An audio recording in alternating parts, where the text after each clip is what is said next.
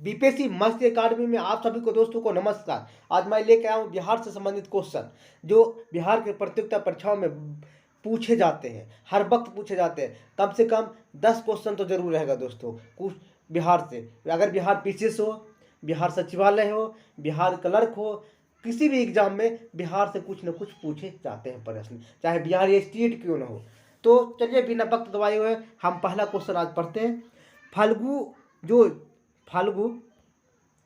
फाल्गु जो छोटानागपुर पठार से निकलती है और बोध गया के निकट किस नदी से मिलकर विकराल रूप धारण करता है? तो विकराल रूप धारण करता है मोहन नदी के निकट। कौन नदी के निकट? मोहन नदी के निकट। अगला क्वेश्चन है क्यूल नदी जो खमरडिया कहाँ पड़ता है? हजारीबाग में पड़ता है। ये निकलती है, इस धाराओं समाहित होता है तो फाल्गु समाहित होता है, पंचानवे समाहित होता है और सक्रिय समाहित होता है। यानी इनमें से सभी समाहित होता है, इनमें से सभी समाहित होता है। अगला क्वेश्चन है दोस्तों, कर्मनाशा जो विंध्याचल पहाड़ी से निकलती है और बिहार के किस जगह पर गंगा में मिलती है? कर्मनाशा नदी है जो विंध्याचल से निकलती है। कहाँ से निकलती है? विंध्याचल के पहाड़ी से निकलती है। विंध्याचल के पहाड़ से निकलती है। अब बिहार के किस जगह पर गंगा में मिलती है? तो चौसा में मिलता है। कहाँ? चौसा में मिलता है। बिहार के किस जिले में ककोलत जलप्रपात है? कौन सा जिला में? तो नवादा जिला में ककोलत जलप्रपात है। बिहार के किस जिले में ककोलत जलप्रपात है? तो नवादा में ककोलत जलप्रपात है। अगला क्वेश्चन है दोस्तों, बिहार में जलप्रपात का सही समूह है। बिहार में जलप्रपात का सही समूह क्या है? तो इसका है ककोलत दुर्गावती।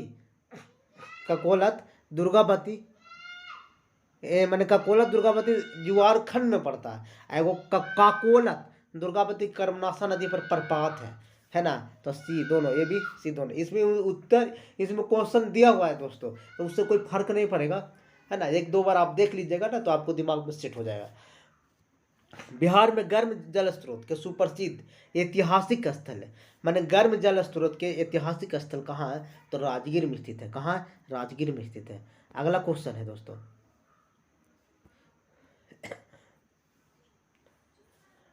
उत्तर बिहार की नदियां जो पश्चिम भाग से पूर्व की ओर प्रवाहित होते हुए गंगा नदी में मिलती है।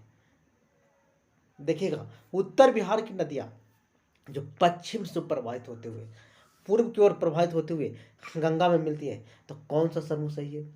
तो इस सरयू का पहला, दूसरा गंडक है, बूढ़ी गंडक है और बागमती है।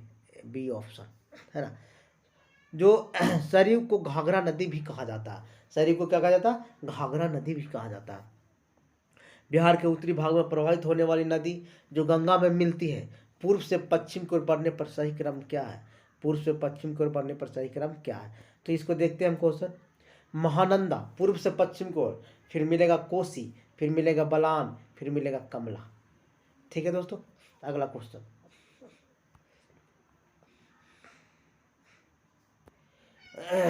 बिहार से दक्षिण भाग में प्रभावित होने वाली नदी जो सही क्रम में जो पश्चिम की ओर बढ़ते हुए गंगा में प्रवेश करती है।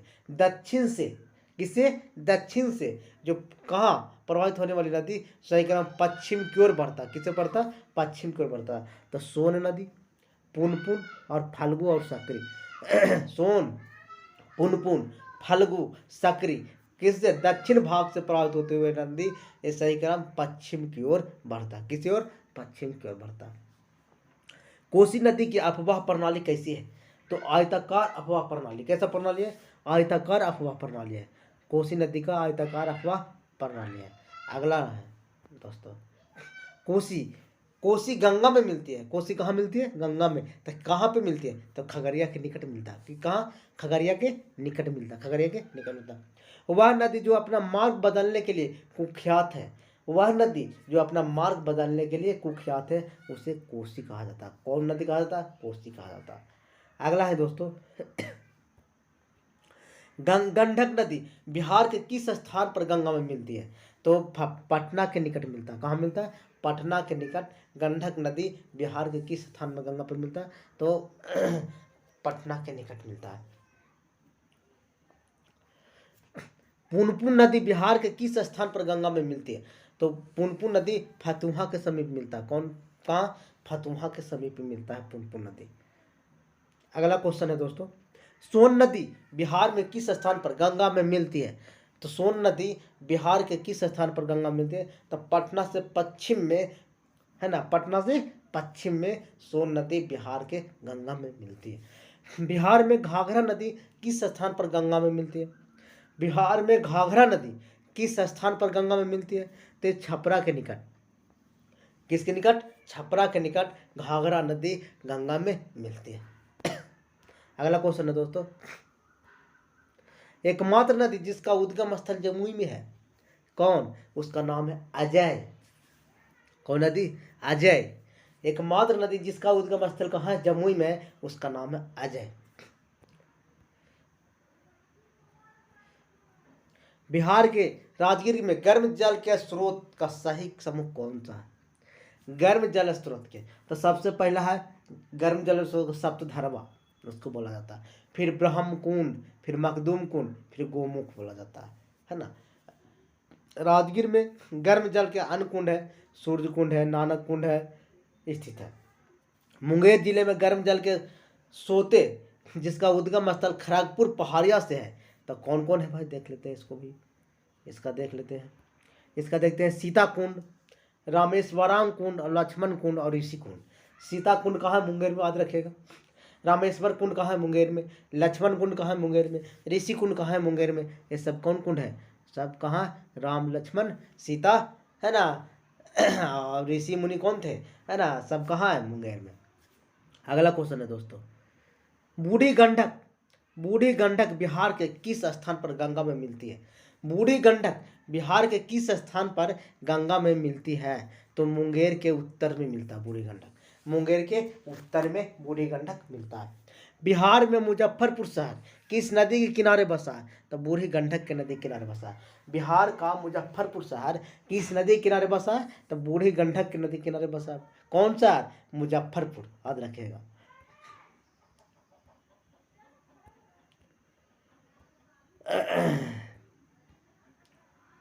अगला क्वेश्चन है दोस्तों, बिहार का छपरा शहर किस नदी के तट पर है?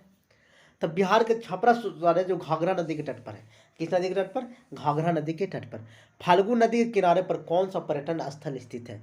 तो फाल्गु नदी के किनारे बोधगया स्थित है। फाल्गु नदी के किनारे बोधगया स्थित है। अगला क्वेश्चन है दोस्तों, बिहार में प्रवाहित होने वाली नदी जिसका उद्गम स्थल नेपाल में स्थित है, यह श्रेणी का समूह कौन सा है? सही है। तो बिहार में प्रवाहित होने वाली नदी जिसका उद्गम स्थल कौन सा है? नेपाल है। तो यह कमला, बागमती और महानंदा।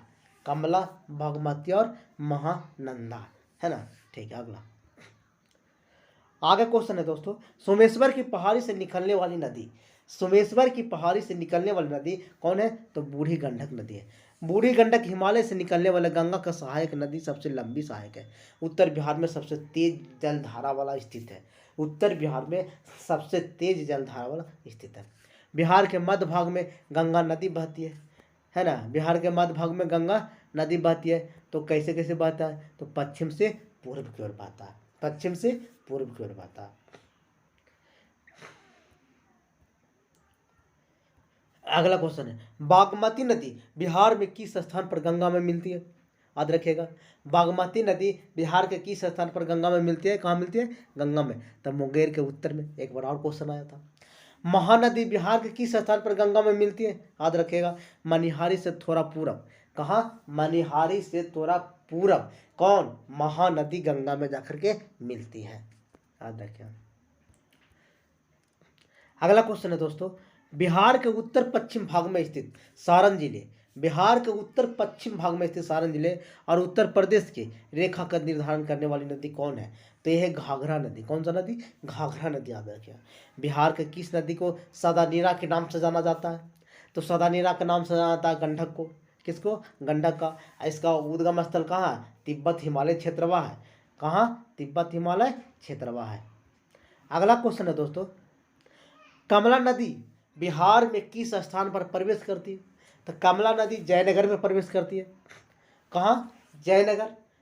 कमला नदी बिहार में किस स्थान पर प्रवेश करती है? तो जयनगर। याद रखेंगे। कमला की सहायक नदियाँ कौन है? तो बलान है, ढौरी है, सोनी है, सब है।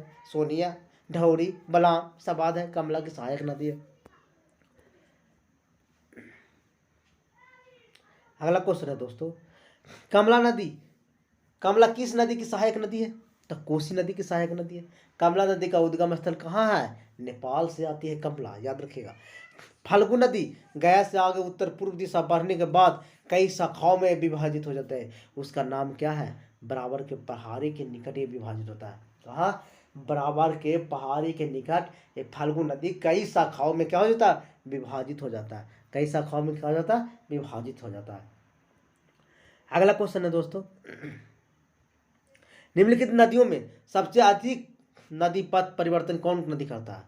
तो सबसे ज्यादा मार्ग क्षमता कोसी नदी है, जो अनेक पथ को परिवर्तित कर देता है। हर साल न कहीं अपना मार्ग बदलते रहता है ये।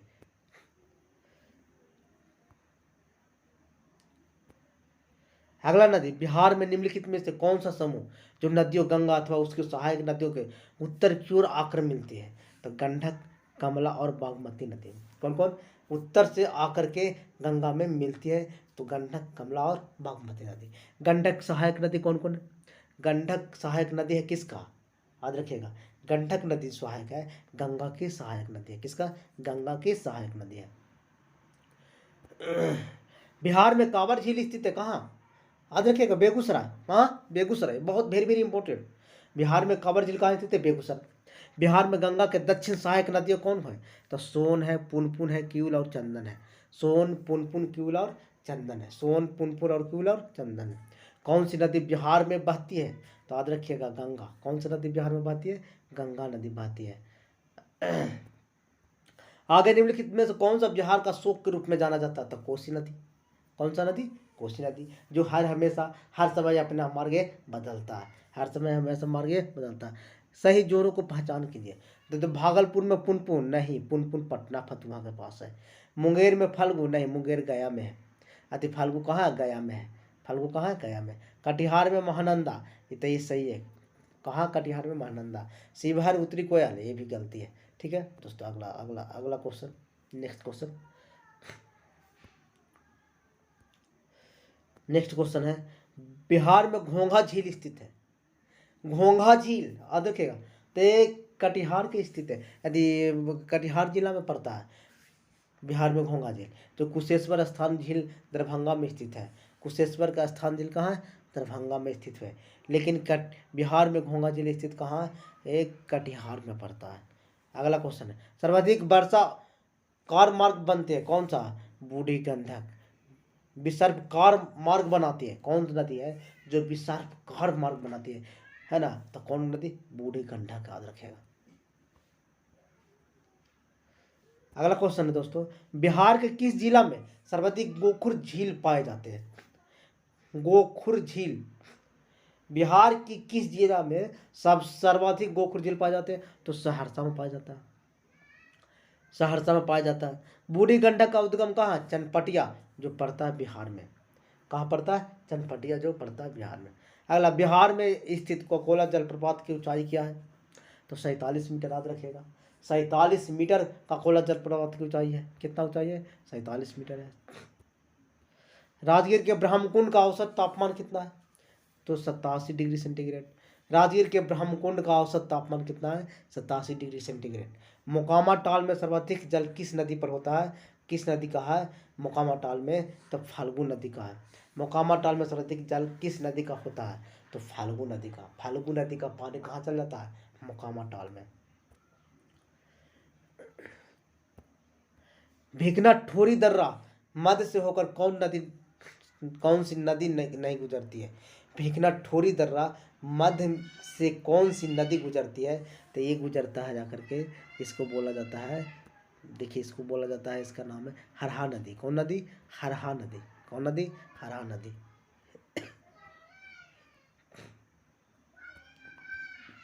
बिहार के किस नदी द्वारा सर्वाधिक मालवीय अपने तली का निक्षेप किया जाता है? कौन सा नदी है जो सबसे ज्यादा मालवीय का निक्षेप करता है? तो एक कोसी नदी है। कौन सा नदी? कोसी नदी, याद रखिएगा। कौन सा नदी? कोसी नदी है। कौन सा नदी? कोसी नदी है। कोसी नदी का उद्गम स्थल कहाँ है? तिब्बत के आसपास में, हिमालय क्षेत्र से है। कोसी नदी का उद्गम स्थल तिब्बत और हिमालय के क्षेत्र पर। बिहार की कौन सी नदी हिमानी से प्रारंभ होती है? तो ये कोसी नदी। कौन सा नदी? कोसी नदी हिमानी से प्रारंभ होती है। अगला क्वेश्चन है दोस्तों, नेक्स्ट क्वेश्चन है, गंडक नदी बिहार और उत्तर प्रदेश की सीमा कितनी लंबाई तक बनाती है? गंडक नदी है बिहार और उत्तर प्रदेश की सीमा कितनी लंबाई तक बढ़ाती है? तो 120 किलोमीटर तक बढ़ाता है। उत्तरी बिहार के किस नदी की औसत धारा सर्वाधिक है? तो बूढ़ी गंडक है। बूढ़ी गंडक सर्वाधिक धारा स्थित है।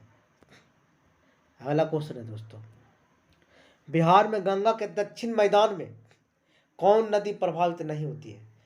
तो ये बागमती होता नहीं होता।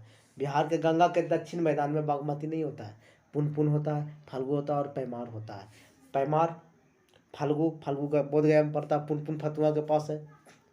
बिहार में गंगा के उत्तरी मैदान में गंगा से मिलने वाली नदियाँ आप किसे शामिल नहीं करेंगे? तो गंगा से मिलने वाली नदियाँ ये सोन को शामिल नहीं करेंगे। ये अमरकंटक से उद्गम स्थल इसका है, मध्य प्रदेश से है। अगला क्वेश्चन है दोस्तों, निम्नलिखित में कौन सा समूह की नदी बिहार और उत्तर प्रदेश के बीच सीमा रेखा बनाता है? तो सीमा रेखा जब बनाएगा, जब याद रखिए, कर्मनाशा, गंडक और घाघरा। गंडक और घाघरा बिहार और उत्तर प्रदेश का ये सीमा बनाता है, कर्मनाशा, गंडक और घाघरा। निम्नलिखित नदियों में किसके तट पर पटना स्थित है? तो पटना तो जानवे करते हैं गंगा नदी के तट पर स्थित है। बिहार के किस जिला में गंगा नदी सबसे लंबी है?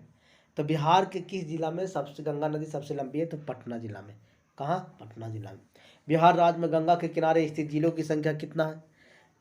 बिहार राज्य में गंगा किनारे स्थित जिलों की संख्या कितना है? तो 12 है। कितना है? 12। बिहार राज्य में गंगा किनारे स्थित जिलों की संख्या कितना है? तो 12। बिहार में प्रभावित होने वाली नदियों में उत्तर की ओर प्रभावित होने वाली कौन सी नदी है? उत्तर की ओर प्रभावित होने वाली कौन सी नदी है? तो इसमें से उसका उत्तर है, इनमें से बागमती, कमला, कोसी और गंडक, ये सब है। क्योंकि बागमती भी उत्तरी से प्रभावित होती है, कमला भी उत्तरी से, कोसी भी उत्तरी से, गंडक भी उत्तरी से प्रभावित, तो इसका उत्तर होगा ई। बिहार के निम्न प्रशासनिक विभागीय जोनों में किस जोन में गंगा नदी नहीं बहती है? तो गंगा नदी कहाँ नहीं बहा है भाई, देख लेते हैं। गंगा नदी तो दरभंगा मुंगेर में गंगा नदी बहता है, पूर्णिया और भागलपुर के आसपास में मिलता है, तिरहुत सारण के आसपास मिलता है, कोसी और मगध में नहीं मिलता। अगला क्वेश्चन है दोस्तों, सिंचाई से रिलेटेड। बिहार और उत्तर प्रदेश के राज्य की संयुक्त सिंचाई परियोजना कौन है? बिहार और उत्तर प्रदेश का है ना, तो बिहार और उत्तर प्रदेश का जो संयुक्त सिंचाई परियोजना है ये है गंडक बैराज। कौन? गंडक बैराज है। गंडक बैराज है परियोजना। अगला क्वेश्चन है, बिहार में सबसे प्राचीन नहर प्रणाली कौन है? तो सोन कनाल है। कौन प्रणाली? सोन कनाल। बिहार में सबसे प्राचीन नहर प्रणाली कौन है? तो सोन कनाल। कोसी परियोजना किन दो को लाभ प्राप्त होता है? तो कोसी परियोजना से किन को दो को लाभ प्राप्त होता है? तो बिहार और नेपाल को प्राप्त होता है। किसको? बिहार और नेपाल को प्राप्त होता है। अगला है, बिहार राज्य में समग्र सिंचाई संभावना कितना है? तो 103 लाख हेक्टेयर है। कितना? सिंचाई 103 लाख हेक्टेयर है। भारत की कुल सिंचाई क्षमता कितना प्रतिशत बिहार में है? तो 7.34% बिहार में स्थित है। कितना? 7.34% बिहार में तय है।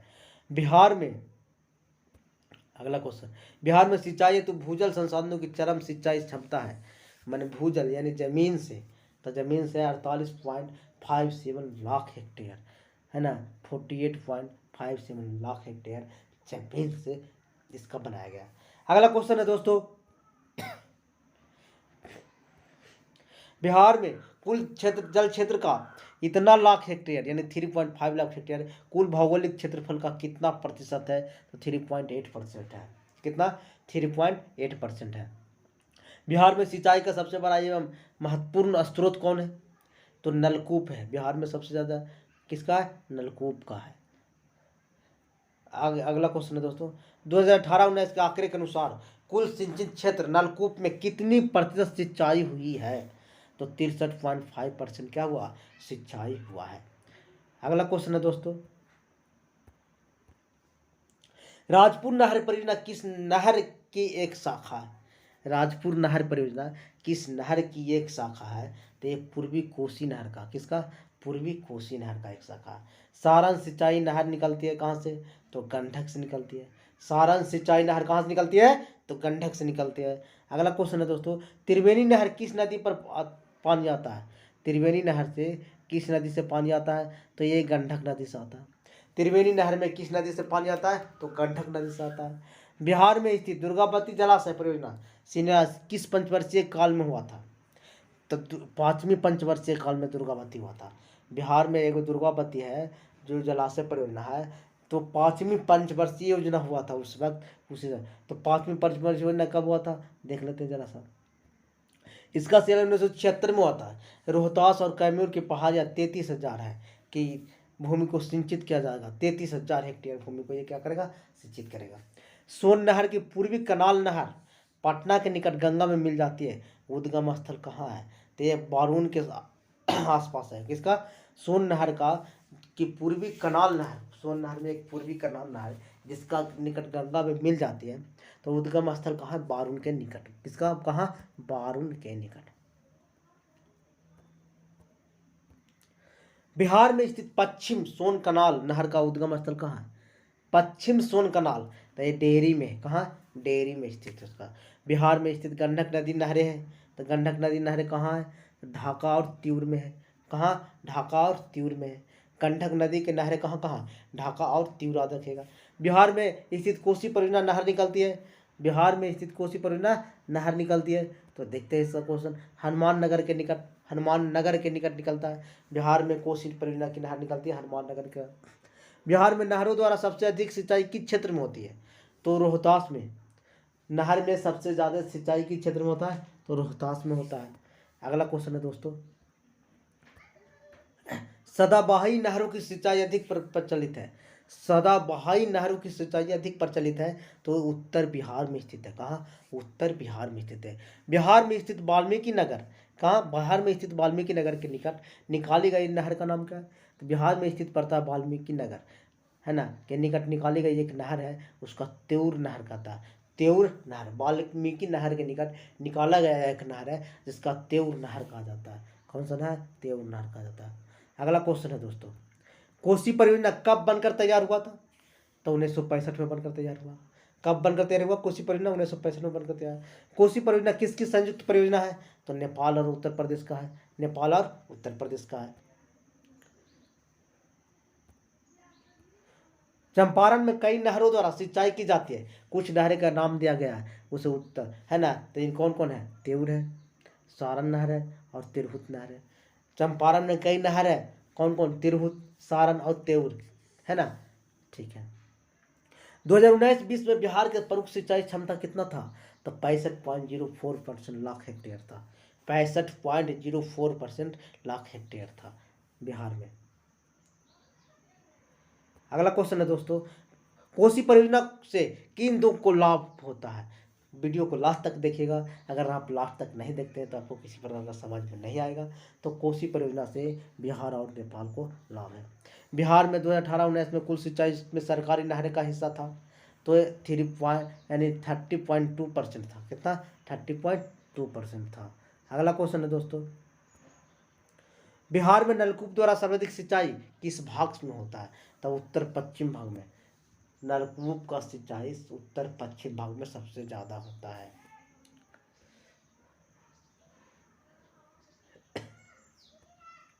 अगला क्वेश्चन है दोस्तों, कोसी नदी परियोजना बिहार के किस क्षेत्र में स्थित है?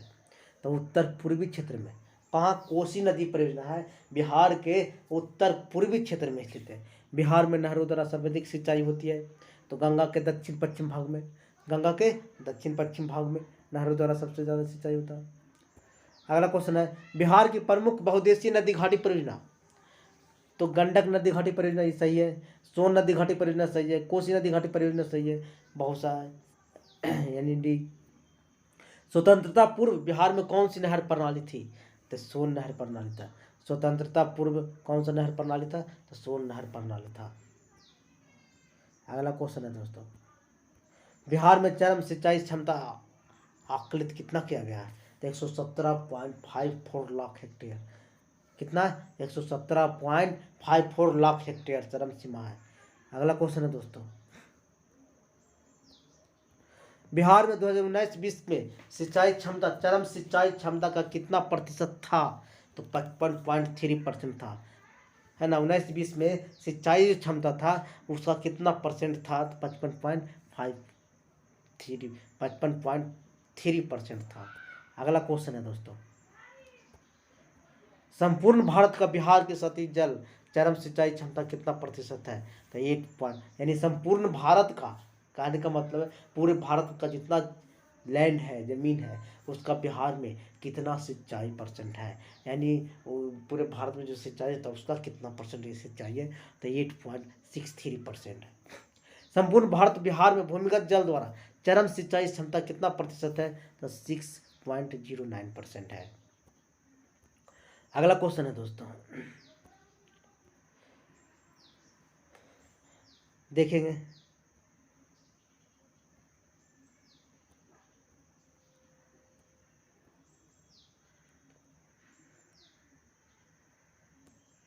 आंकड़ा दिया हुआ है नलकूप से है 3418 नंबर। फिर है नहर से 1660 क्षेत्रफल लाख हेक्टेयर है।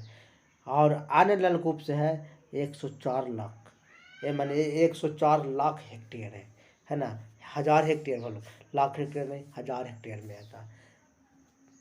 और अगला क्वेश्चन है तालाब से, तो तालाब से हम मान लेते हैं इसका है 39.63 हजार हेक्टेयर खेत का सिंचाई मैंने किया जाता है। वर्ष 2018-19 में बिहार में कुल भौगोलिक क्षेत्रफल का लगभग कितना प्रतिशत भूमि सिंचित है?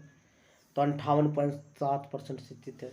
भौगोलिक क्षेत्रफल का लगभग कितना परसेंट सिंचित है? तो 58.7%। बिहार के किस जिले में सिंचाई न्यूनतम है? तो जमुई में सिंचाई न्यूनतम है। जमुई राज्य में कम सिंचित क्षेत्र है। अगला क्वेश्चन, बिहार में उद्रा स्थान बराज योजना कचनामा नस्तुरपुर बियर योजना पूरी हुई है कब? तो ये हुआ है जून 2017 में। कब? जून 2017 में। अब बिहार का भूगोल से संबंधित क्वेश्चन आएंगे दोस्तों। वर्ष 2018-19 में बिहार के जिले में सर्वाधिक कुल सिंचित क्षेत्रफल कितने जिले में स्थित है? तो रोहतास में सबसे ज़्यादा सिंचित क्षेत्रफल है। 2018-19 में बिहार के जिलों में न्यूनतम सिंचाई क्षेत्रफल कितना जिला में? तो शिवहर में सबसे न्यूनतम सिंचित क्षेत्र है। कहाँ? तो शिवहर में, याद रखेगा। 2018-19 में क्षेत्रफल की दृष्टि से बिहार के किस जिले में नहर द्वारा सर्वाधिक सिंचाई की जाती है? तो नहर द्वारा सर्वाधिक सिंचाई किया जाता है रोहतास में। कहाँ जाता है? रोहतास में। वर्ष 2018-19 के क्षेत्रफल की दृष्टि से बिहार में नलकूपों के द्वारा सर्वाधिक सिंचाई कहाँ होता है? तो समस्तीपुर में सबसे ज़्यादा होता है। कहाँ होता है? समस्तीपुर में सबसे ज़्यादा होता है। वर्ष 2018-19 के क्षेत्रफल की दृष्टि से बिहार के किस जिले में नलकूप द्वारा न्यूनतम सिंचाई होती है? तो मुंगेर में। मुंगेर में सबसे न्यूनतम सिंचाई होता है नलकूप से, याद रखिएगा। 2018-19 के दृष्टिकोण से बताया जा रहा है। बिहार में पुनपुन बराज सिंचाई परियोजना स्थित है कहाँ? औरंगाबाद में। कहाँ? औरंगाबाद में पुनपुन बराज परियोजना स्थित है। कहाँ? औरंगाबाद। अगला, लोकायन सिंचाई योजना बिहार के किस जिले में स्थित है? तो नालंदा जिला में। कहाँ? लोकायन सिंचाई योजना बिहार के किस जिले में? तो नालंदा जिला में। बिहार की सिंचाई योजना क्या है? तो नागी जलाशय योजना है, चंदन जलाशय योजना और बदुआ जलाशय योजना। चंदन जलाशय योजना, नागी जलाशय योजना और बदुआ जलाशय योजना। अगला क्वेश्चन है दोस्तों, बिहार की सिंचाई योजना नहीं है मालवीय जलाशय नहीं है, महमूदा सिंचाई, मारुथुनंदन सिंचाई और नगडू जलाशय है। अब बिहार एक परिचय प्रश्न देखते क्या आते हैं। बटेश्वर जलाशय योजना संयुक्त सिंचाई परियोजना कहाँ स्थित है? तो बटेश्वर जलाशय योजना जो है झारखंड एवं बिहार में एक संगम पर है, यानी इससे बिहार झारखंड को भी लाभ मिलता है और बिहार को भी लाभ मिलता है। उत्तर कोयल जलाशय योजना में झारखंड के साथ किस राज्य में भागीदारी है? तो डी, बिहार को भागीदारी है। उत्तर कोयल जलाशय योजना में झारखंड के साथ साथ बिहार का भी भागीदारी है उत्तर कोयल में। अगला आते हैं इंद्रपुरी जलाशय योजना बिहार और झारखंड के अतिरिक्त अन्य किस राज्य की भागीदारी है? तो उत्तर प्रदेश। किसका? इंद्रपुरी जलाशय योजना में बिहार और झारखंड के सिवा उत्तर प्रदेश भी इसमें इन्वॉल्व है। कौन में? इंद्रपुरी जलाशय में। मुहाने जलाशय परियोजना बिहार के साथ ही भागीदारी कौन कौन है? तो झारखंड है। मुहाने जलाशय जो परियोजना है बिहार और झारखंड के इसमें सम्मिलित है। अगला क्वेश्चन आते हैं दोस्तों, बटाने जलाशय योजना किन दो राज्यों को संयुक्त सिंचाई है? तो बिहार और झारखंड के पहले क्वेश्चन पढ़ चुके हैं। वर्ष 2018 2019 और 20 में कुल सिंचित क्षमता कितनी बृहद परियोजना है? तो इसका 36.89 लाख हेक्टेयर है। बिहार में 2018-19 में सकल क्षेत्रफल का कितना प्रतिशत सकल सिंचाई का है? तो 71.94% है। बिहार में सकल सिंचित क्षेत्र 2009 और 10 में 44.33 हेक्टेयर से बढ़कर 2018-19 में कितना हो गया? 54.93 हेक्टेयर हो गया। जो मात्र वृद्धि कितना हुआ? 2.12%।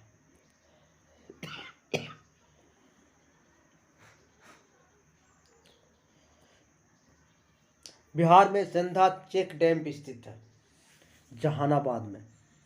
कहाँ? सिंधवा चेक डैम स्थित है जहानाबाद में।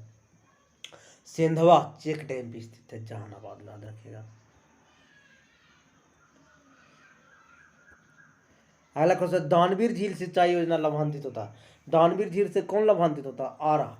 कौन सा? आरा, याद रखिएगा। दानवीर झील से आरा 3.76 हेक्टेयर सिंचाई होगी। सिंचाई की क्षमता 4800 रुपया है ना, 4800 है हेक्टेयर होगा। अगला क्वेश्चन है दोस्तों, बिहार में कृषि एवं पशुपालन से संबंधित क्वेश्चन है। तो देखते हैं बिहार का कुल भौगोलिक क्षेत्रफल कितना है? तो भौगोलिक क्षेत्र है 93.6 लाख हेक्टेयर। कितना? बिहार का भौगोलिक क्षेत्रफल 93.6 लाख हेक्टेयर। अगला क्वेश्चन है 2018-19 में बिहार का शुद्ध बोया गया क्षेत्रफल निर्बल बुआई क्षेत्र कितना है? तो यह 51.67 लाख हेक्टेयर। 51.67 लाख हेक्टेयर। अगला क्वेश्चन 2018-19 में बिहार राज्य का सकल शस्य क्षेत्रफल कितना है? तो यह 74.06 लाख हेक्टेयर। बिहार एक बार में से अधिक बोया गया फसल कौन है? तो 18.27 लाख हेक्टेयर एक बार से अधिक बोया गया क्षेत्रफल है।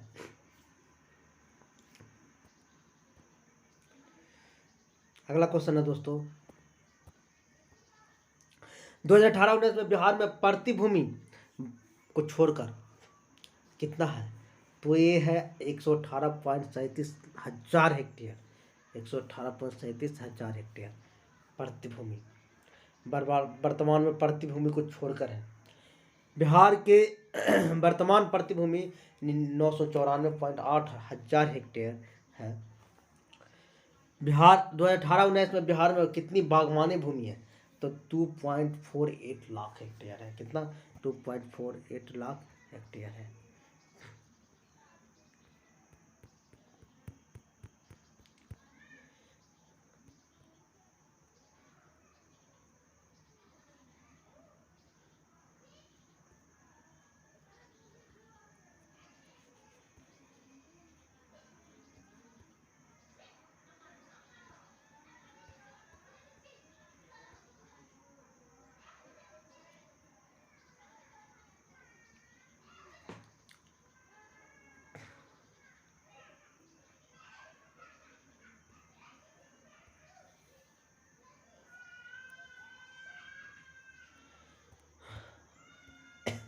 अगला क्वेश्चन है दोस्तों, 2018-19 में बिहार में कृषि तर उपयोग वाली भूमि है, माने कृषि माने उपयोग होने वाला भूमि है 17.19 लाख हेक्टेयर। 17.19 लाख हेक्टेयर है ना।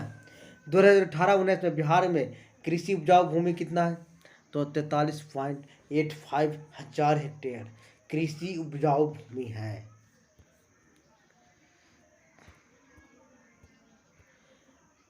2018-19 में बिहार में बंजर और गैर कृषि योग्य भूमि कितना? तो 4.32 लाख हेक्टेयर बंजर और कृषि योग्य भूमि। गैर कृषि योग्य भूमि, कितना है? 4.32 लाख हेक्टेयर। अगला क्वेश्चन है दोस्तों, वर्ष 2018-19 में बिहार और सर्वाधिक निब्बल बुआई क्षेत्र प्रतिशत वाला तीन कौन कौन है? तो ये पटना है, भोजपुर और सिवान है, जहां निब्बल बुआई क्षेत्र अधिक है। वर्ष 2018-19 में बिहार के कुल भौगोलिक क्षेत्रफल का कितना प्रतिशत कुल फसली क्षेत्र यानी सकल बुआई क्षेत्र का था? तो 79.134% है, 79.13% है सकल घरेलू का, सकल बुआई का उत्पादन का। वर्ष 2018-19 में बिहार में कुल भौगोलिक क्षेत्रफल में कितना प्रतिशत बोया गया क्षेत्रफल का निब्बल बुआई क्षेत्र का कितना परसेंट है? तो ये 55.5% है।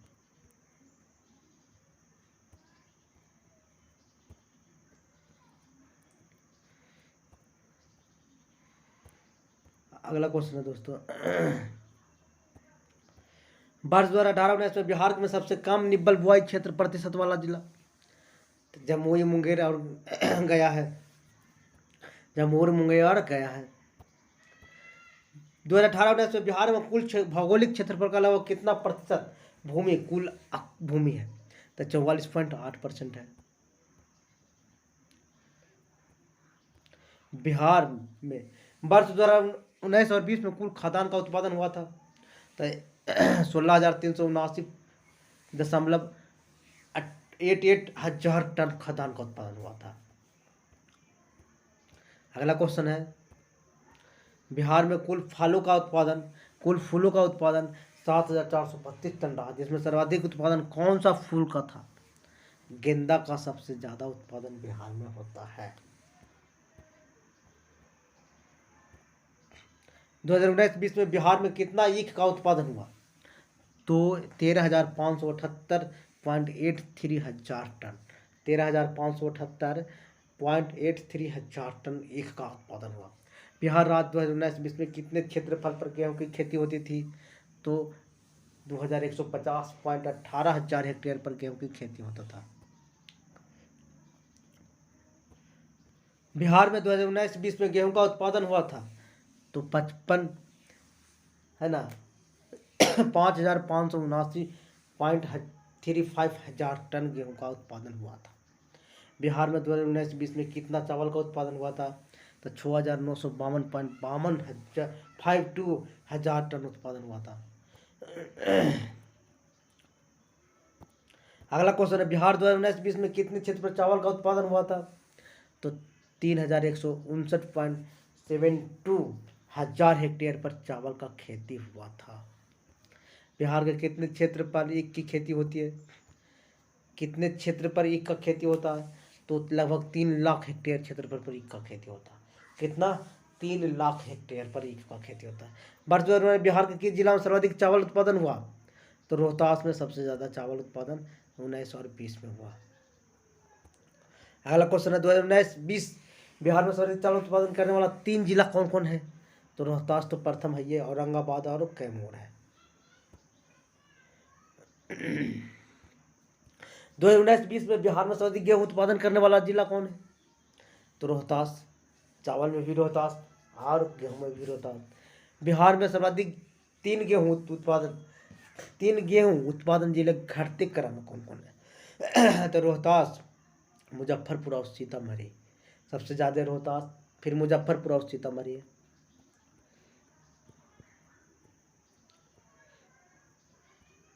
अगला क्वेश्चन है, 2019-20 में बिहार में सर्वाधिक मक्का उत्पादन करने वाला कौन कौन है? तो सबसे ज्यादा मक्का कटिहार में। 3 सर्वाधिक मक्का उत्पादन करने वाला जिला कौन कौन है? कटिहार, पूर्णिया और अररिया। कटिहार जिला का राज्य के कुल मक्का उत्पादन का 15% हिस्सा है। 2019 में बिहार शरीफ में का सर्वाधिक क्षेत्र पर चावल की खेती करने वाला जिला कौन है? तो रोहतास। बिहार में सबसे ज्यादा चावल का खेती रोहतास में होता है। 2019-20 में बिहार में सर्वाधिक क्षेत्र पर गेहूं खेती करने वाला जिला कौन है? तो रोहतास से है। इसके पहले भी पढ़े थे क्वेश्चन। बिहार में कौन जिला मक्के की खेती सर्वाधिक क्षेत्र पर होता है? तो कटिहार में सबसे ज्यादा मक्का होता है। कहाँ होता है? कटिहार में सबसे ज्यादा मक्का होता है। चावल के सर्वाधिक उत्पादक प्रति हेक्टेयर कितना है? तो रोहतास में सबसे ज़्यादा है प्रति हेक्टेयर। अगला क्वेश्चन है दोस्तों, बिहार 2019-20 में गेहूं का सर्वाधिक उत्पादन वाला जिला कौन है? तो बेगूसराय। 19-20 में सबसे ज़्यादा गेहूं उत्पादन बेगूसराय कर दिया। बिहार 2019-20 में सर्वाधिक मक्के उत्पादन वाला जिला कौन है?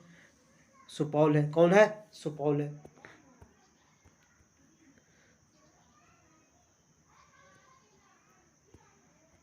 बिहार मुख्य खाद्यान्न फसल कौन है? चावल। चावल मुख्य खाद्यान्न फसल है। बिहार में कृषि का स्वरूप कैसा है? तो जीवनदायिनी है। कौन सा? जीवनदायी है। कौन सा है? जीवनदायी है। बिहार में 2019-20 में चावल के सबसे अधिक उत्पादन वाला 3 जिला कौन कौन है? तो रोहतास, अरवल और नालंदा है, औरंगाबाद है ना। अगला दोस्तों क्वेश्चन देखते हैं दोस्तों, गेहूं में सबसे अधिक उत्पादन 3 जिला कौन कौन है? तो बेगूसराय, पटना और मधेपुरा। गेहूं में है ना 3 जिला है, बेगूसराय, पटना और मधेपुरा, लेकिन रोहतास भी है गेहूं में। अगला, बिहार में 2019-20 दलहन उत्पादन सबसे अधिक 3 जिले कौन कौन है? दलहन में अब आते हैं, कौन में आते हैं? दलहन में आते हैं। तो देखते हैं दलहन में कौन कौन है। पूर्वी चंपारण, बेगूसराय और सीतामढ़ी तीनों है दलहन में तेज। पूर्वी चंपारण, बेगूसराय और सीतामढ़ी। बिहार 2019-90 मक्का का सबसे अधिक उत्पादन वाला जिला कौन था? 2019 और 20 में तो सबसे जिला सुपौल था, और सबसे कम कहाँ था? बक्सर में। आलू का सर्वाधिक उत्पादन कहाँ होता है सबसे ज़्यादा? तो नालंदा और पटना में होता है। बिहार में नकदी फसल सही कौन है? तो गन्ना, जूट, आलू, तंबाकू है। बिहार में गन्ना का सर्वाधिक उत्पादन होता है कहाँ? उत्तरी पश्चिमी क्षेत्र पर। कहाँ? उत्तरी पश्चिमी क्षेत्र पर होता है। बिहार में मरुआ का सर्वाधिक उत्पादन कहाँ होता है? मरुआ का सर्वाधिक उत्पादन दरभंगा में होता है। कहाँ होता है? मरुआ का सर्वाधिक उत्पादन दरभंगा में होता है। तो मेरा वीडियो अगर अच्छा लगे तो लाइक, सब्सक्राइब और शेयर जरूर करिएगा दोस्तों। वीडियो को लास्ट तक के देखिएगा, तब आपको हर पीसीएस एग्जाम में, बिहार से रिलेटेड किसी भी एग्जाम में उसमें आपको एक काम देगा। प्रतियोगिता परीक्षाओं में इससे कुछ ना कुछ प्रश्न पूछे जाते हैं। तो थैंक यू दोस्तों, लाइक, शेयर, सब्सक्राइब जरूर करिएगा। अगर आप मेरे वीडियो पर नए मेहमान हो तो सब्सक्राइब जरूर करिएगा। थैंक यू दोस्तों।